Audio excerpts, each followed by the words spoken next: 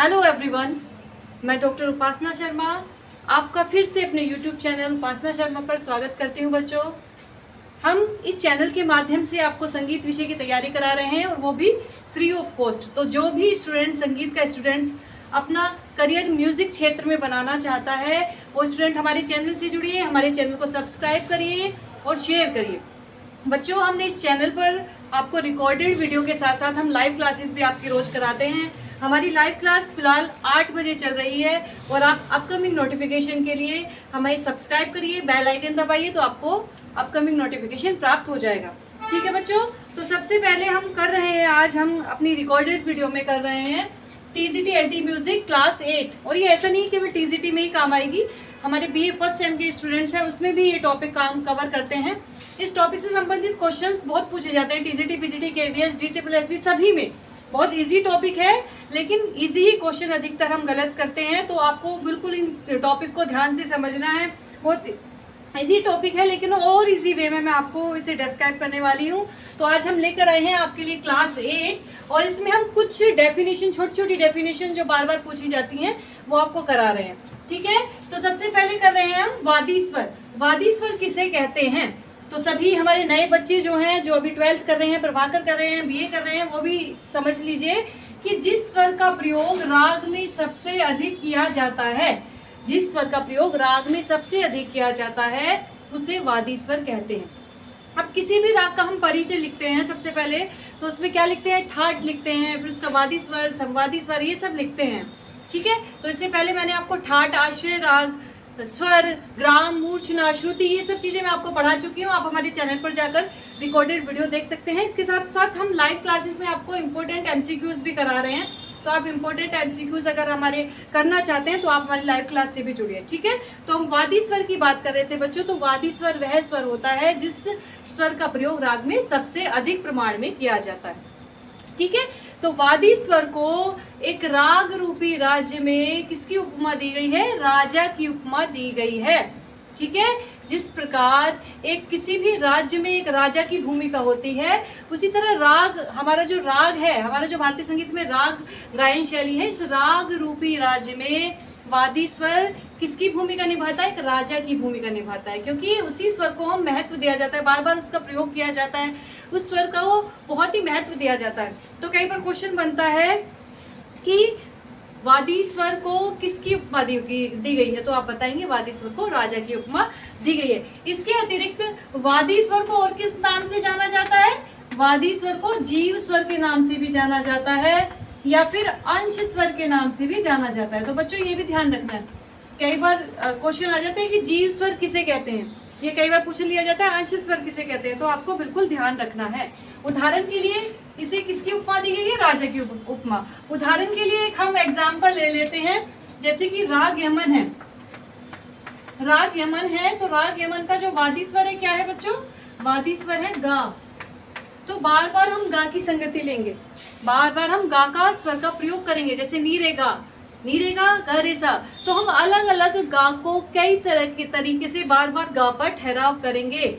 तो गंधार को हम बार बार दिखाएंगे और जब उस राग को हम प्रेजेंट करेंगे तो खुद ही पता चल जाएगा कि ये वादी स्वर है। सुनने वाला खुद ही बता देगा, क्योंकि स्वर को हम बार बार दिखा रहे हैं, उस पर ठहराव कर रहे हैं। ठीक है, तो यहाँ ये क्वेश्चन भी बन सकता है कि जिस राग पर हम ठहराव अधिक करते हैं, जिस स्वर पर हम ठहराव अधिक करते हैं किसी राग में, तो वो कौन सा स्वर कहलाता है? तो वो भी हमारा वादी स्वर ही कहलाता है।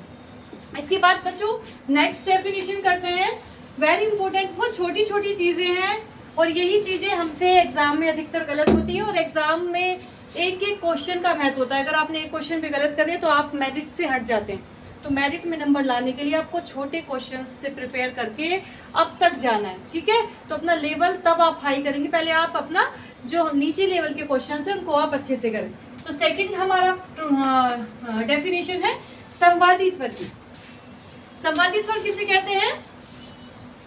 इसकी डेफिनेशन लिख लीजिए, जिस स्वर का प्रयोग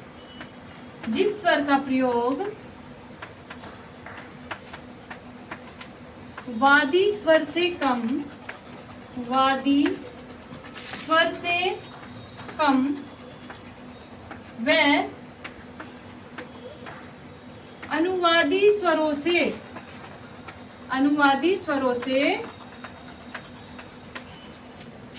अधिक किया जाता है, अनुवादी स्वरों से अधिक किया जाता है, उसको संवादी स्वर कहते हैं। समझ आ गया बच्चों? हमारे जब हम कोई भी राग का परिचय लिखते हैं तो वादी और संवादी को मुख्य लिखते हैं, ठीक है। तो वादी के बाद जिस स्वर का राग में स्थान होता है उसे हम संवादी स्वर करेंगे, या कह सकते हैं कि राग रूपी राज्य में संवादी स्वर का द्वितीय स्थान प्राप्त है। प्रथम स्थान किसको प्राप्त है? वादी स्वर को। द्वितीय स्थान किसको प्राप्त है? संवादी स्वर को। और ये अनुवादी स्वर हम बताएंगे, वादी संवादी के अतिरिक्त जो स्वर होते हैं वो अनुवादी स्वर आगे हम आपको बताएंगे। तो आपको संवादी स्वर समझ लेना है जिस स्वर का प्रयोग राग में वादी से कम किया जाता है लेकिन अन्य स्वरों से अधिक किया जाता है। अन्य स्वर कौन बच्चे? जो अनुवादी स्वर हैं उनसे कम किया जाता है, वो हमारे संवादी स्वर कहलाते हैं। एक संवादी स्वर को मंत्री की उपमा दी गई है। राग रूपी राज्य में संवादी स्वर को किसकी उपमा दी गई है?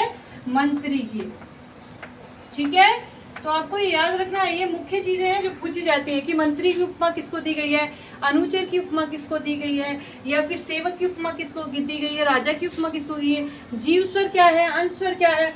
तो इस तरह के क्वेश्चन बनते हैं, वो आपको सोल्व करने हैं। नेक्स्ट हम बात करते हैं, नेक्स्ट हमारी परिभाषा है किसकी? अनुवादी स्वर। अनुवादी स्वर। अब अनुवादी स्वर कौन से होते हैं? लिख लो। वादी बच्चों, ये आपको एलटी ग्रेड में भी काम आएंगी चीजें। एलटी ग्रेड में जो आपकी मुख्य परीक्षा होगी, जो प्रारंभिक के बाद जो मुख्य परीक्षा होगी, उसमें आपको लिखना पड़ेगा। तो ये चीजें आप पॉइंट वाइज लिख लीजिए, अपनी कॉपी बना लीजिए।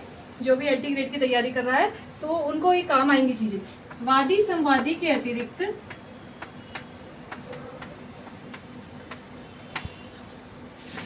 राग में जिन स्वरों का प्रयोग किया जाता है, जिन स्वरों का प्रयोग किया जाता है वो हमारे अनुवादी स्वर कहलाते हैं। मान लीजिए हमने कोई भी राग ले लिया, या मान लीजिए एग्जाम्पल के लिए हमने राग मालकोश ले लिया, ठीक है। राग मालकोश ले लिया।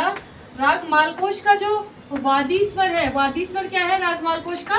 मध्यम, ठीक है। और संवादी स्वर क्या है? संवादी स्वर है षडज, ठीक है। तो मध्यम का तो हम सबसे अधिक प्रयोग करेंगे, लेकिन मध्यम से कम किसका प्रयोग करेंगे? षडज का। अब मध्यम और षडज के अतिरिक्त जो भी स्वर होंगे उस राग में, वो हमारे क्या कहलाएंगे? अनुवादी स्वर। तो राग मालकोश में ये ओड़क जाति का राग है, चूंकि इसमें रे और पा स्वर वर्जित हैं। तो कौन कौन से स्वर और बच गए हमारे?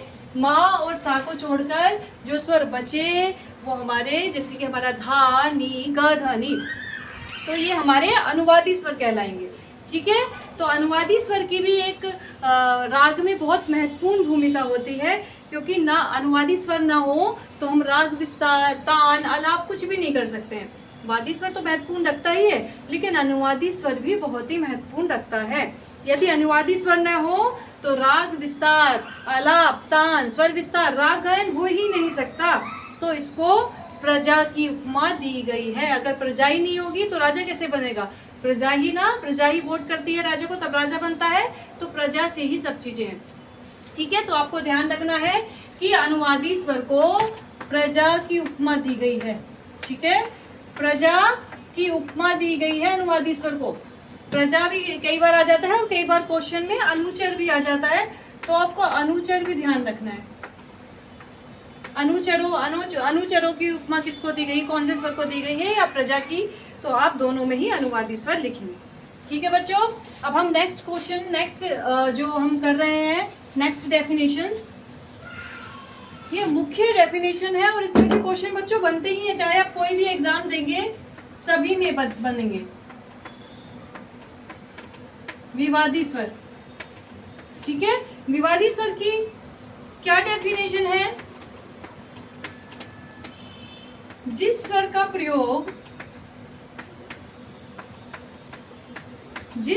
प्रयोग राग में सामान्य रूप से नहीं होता, सामान्य रूप से नहीं होता, किंतु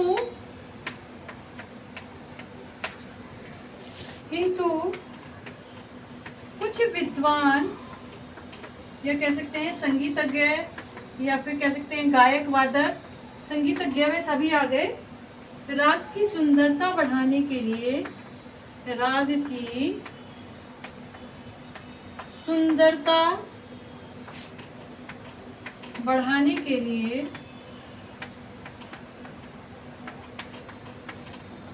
विवादी स्वर का प्रयोग करते हैं। ठीक है, समझ में आ गया डेफिनेशन। जिस स्वर का प्रयोग राग में सामान्य रूप से नहीं होता है, यानी कि यह स्वर विवाद के रूप में, जैसे कि नाम से स्पष्ट है, विवादी यानी कि विवाद उत्पन्न करने वाला होता है राग में, तो इस स्वर का प्रयोग नहीं किया जाता है सामान्य रूप से, किंतु कुछ विद्वान संगीतज्ञ राग की सुंदरता बढ़ाने के लिए विवादी स्वर का प्रयोग करते हैं।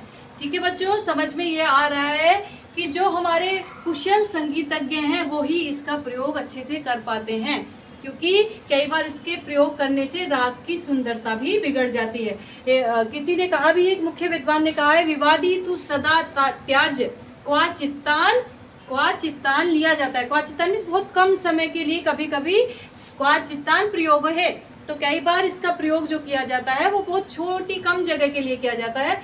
जैसे बहुत सारे राग है हमारे जिसमें विवादी स्वर का प्रयोग किया गया है, लेकिन तभी किया जाता है अगर राग की सुंदरता बढ़ रही है। और राग की कई बार होता है कि गायक वादक इसका प्रयोग कर लेते हैं, कोई कुशल गायक नहीं होता है उसका प्रयोग कर लेते हैं और राग की शोभा बिगड़ जाती है। तो कई बार ये पूछा गया है क्वेश्चन, विवादी स्वर का क्या अभिप्राय है, विवादी स्वर से क्या अभिप्राय है, तो यही अभिप्राय है कि विवादी स्वर का प्रयोग राग में नहीं किया जाता, लेकिन कभी कभी राग की सुंदरता बढ़ाने के लिए जिस स्वर का प्रयोग कर दिया जाए वो विवादी स्वर कहा जाता है। ठीक है बच्चों, तो एक वो बता देती हूँ उदाहरण के लिए, अगर हम कोई उदाहरण विवादी स्वर का लें, तो उदाहरण के लिए जैसे कि राग केदार में उदाहरण अगर ले हम, तो राग केदार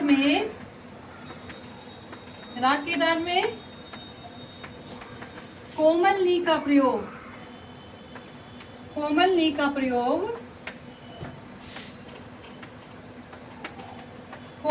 प्रयोग न होते हुए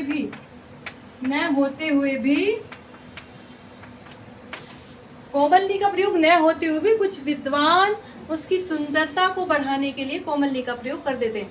तो ऐसे बहुत सारे राग हैं हमारे जिसमें उस स्वर का प्रयोग नहीं किया जाता लेकिन फिर भी कर देते हैं। हमारा मधुवंती राग है, उसमें शुद्ध नी का प्रयोग किया जाता है जैसे, तो इसमें कोमल नी को भी हम लगा देते हैं कई बार उसकी सुंदरता बढ़ाने के लिए। ठीक है, लेकिन इसका प्रयोग बहुत ही कम किया जाता है, अल्प परिमाण में किया जाता है, केवल कहीं कहीं पर दिखा दिया जाता है। अगर हम पूरा उसको दिखा देंगे तो राग का स्वरूप ही अलग हो जाएगा। ठीक है बच्चों, तो विवादी स्वर समझ आ गया। अब इसके बाद हम बताएंगे आपको, जिसको भी चीजें समझ में आ रही है स्टूडेंट्स, हमारे वीडियो को लाइक करिए और कमेंट जरूर करिएगा। कमेंट में जो भी चीजें आपको जो भी लिखना है, जैसी भी चीज आपको उस समय माइंड में आई पढ़ते हुए, वही चीज आपको कमेंट में लिखनी है। मैं ये नहीं कर रही हूँ कि आप मेरी बड़ाई करिए कि मैडम आप बहुत अच्छा पढ़ा रही हैं, नहीं, आपको जो चीजें समझ में आ रही है तो समझ में लिखिए, नहीं आ रही है नहीं लिखिए। ठीक है, वर्जित स्वर जिस स्वर का प्रयोग राग में नहीं किया जाता। ठीक है, जैसे कि अब समझ में ही आ रहा है, वर्जित स्वर यानी कि वर्ज्य। कई बार कहीं हम जाते हैं ना तो लिखा भी रहता है ना कि यहाँ पर जाना वर्जित है ना, तो ये वर्जित का मतलब होता है कि उस चीज को बिल्कुल करना ही नहीं है। तो जिस स्वर का प्रयोग राग में किया ही नहीं जाता उसको वर्जित स्वर कहते हैं, यानी कि जो वर्ज्य होता है स्वर। कई बार पूछ लिया जाता है इस राग का वर्ज्य स्वर बताइए, जैसे कि मैंने अभी आपको एक एग्जाम्पल दिया था राग मालकोश का। राग मालकोश में कौन से स्वर वर्जित है? राग मालकोश में रे और पा स्वर वर्जित हैं। तो वर्जित स्वर क्या कहलाए हमारे? जिस स्वर का प्रयोग राग में बिल्कुल ना किया जाए वो हमारे वर्जित स्वर कहलाए। तो राग मालकोश में रे पा स्वर हमारे वर्जित स्वर। इसके बाद बात करते हैं हम वृक्क स्वर। तो कई बार पूछ लिया जाता है वृक्क से क्या अभिप्राय है, तो वृक्ष से अभिप्राय है टेढ़ा। ठीक है, वृक्ष स्वर वो होते हैं जिनका प्रयोग सीधा ना होकर थोड़ा उलट पुलट होकर जिनका प्रयोग किया जाता है, वो वृक्ष स्वर कहलाते हैं। या जिन स्वरों का प्रयोग सीधा ना होकर टेढ़ा होता है, तो वृक्ष से अभिप्राय अगर पूछा जाए तो आप बता देना टेढ़ा। यानी कि कई बार ये भी रहता है ना कि इस राग की जाति वृक्ष संपूर्ण है। संपूर्ण तो है, सातों स्वर का तो प्रयोग किया जा रहा है, लेकिन वृक है। वृक का मतलब है जिसका आरोह अवरोह सीधा ना जा करके, यानी कि सारेगामा पाधानी ना जा करके उसको टेढ़ा मेढ़ा करके गाया जाता है, बजाया जाता है, वो वृक्ष स्वर कहलाते हैं। जैसे कि सारेगामा पाधानी ना जा करके सा गा रे सा वापिस आ गए, फिर मा उठा लिया, फिर वापिस आ गए, फिर पा उठा लिया, फिर वापिस आ गए। इस तरह से सातों स्वरों का तो प्रयोग करेंगे, लेकिन वो लगातार नहीं करेंगे, सीधा नहीं करेंगे, सपाट नहीं करेंगे।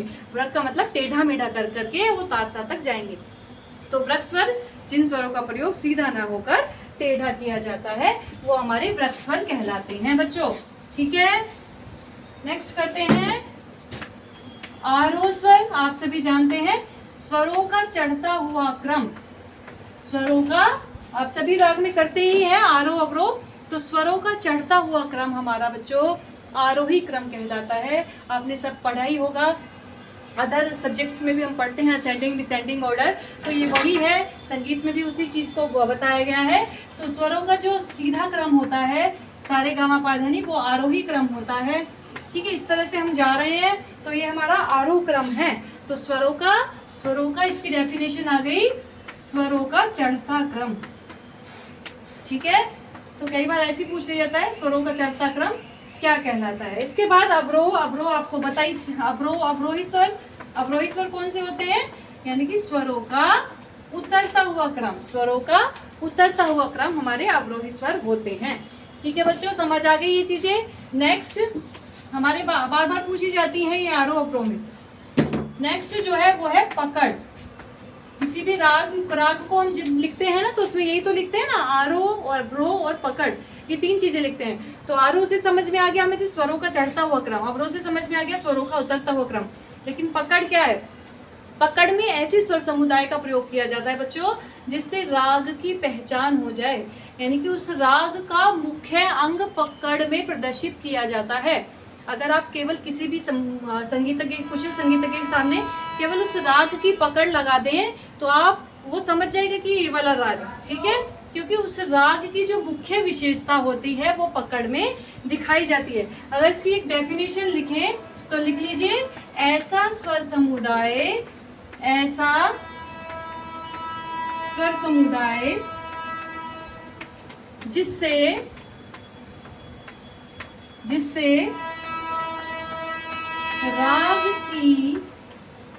जिससे राग की पहचान हो, वो क्या कहलाता है, पकड़ कहलाता है। ठीक है, तो इस मुख्य स्वर समुदाय ये राग का मुख्य अंग होता है जो पकड़ में यूज किया जाता है। तो कई बार ये पूछ लिया जाता है, पकड़ की डेफिनेशन पूछ ली जाती है कि राग के मुख्य अंग का प्रयोग किसमें किया जाता है, तो वो क्या कहलाती है, पकड़ कहलाती है। या ऐसा स्वर समुदाय जिससे राग की पहचान हो, वो क्या कहलाती है, तो वो भी पकड़ कहलाती है। तो बच्चों ये रहे आपके आज के मुख्य टॉपिक, वादी स्वर, संवादी, विवादी, वर्जित और वृक्ष स्वर, आरोह अवरोह और पकड़। इससे संबंधित हम रोज आपको एक वीडियो पर प्रोवाइड करा रहे हैं बच्चों। आप हमारी पुरानी वीडियो पर फिर जाकर देख सकते हैं। टीजीटी एलटी ग्रेड का हम पूरा कोर्स कराएंगे आपको। इसके साथ साथ हम नेट, जीआईसी, जो भी हमारी वैकेंसी निकलती रहेगी, उन सबको आपका जितना भी कोर्स है सबको पूरा कराएंगे, और वो भी फ्री ऑफ कॉस्ट। कुछ भी आपसे कुछ भी नहीं लिया जाएगा बच्चों। तो आप हमारे चैनल को सब्सक्राइब करिए और उन बच्चों तक पहुंचाइए जो म्यूजिक की तैयारी कर रहे हैं। Thank you so much, bye bye. Live में मिलेंगे 8 बजे, तो तैयार रहिएगा लाइव के लिए।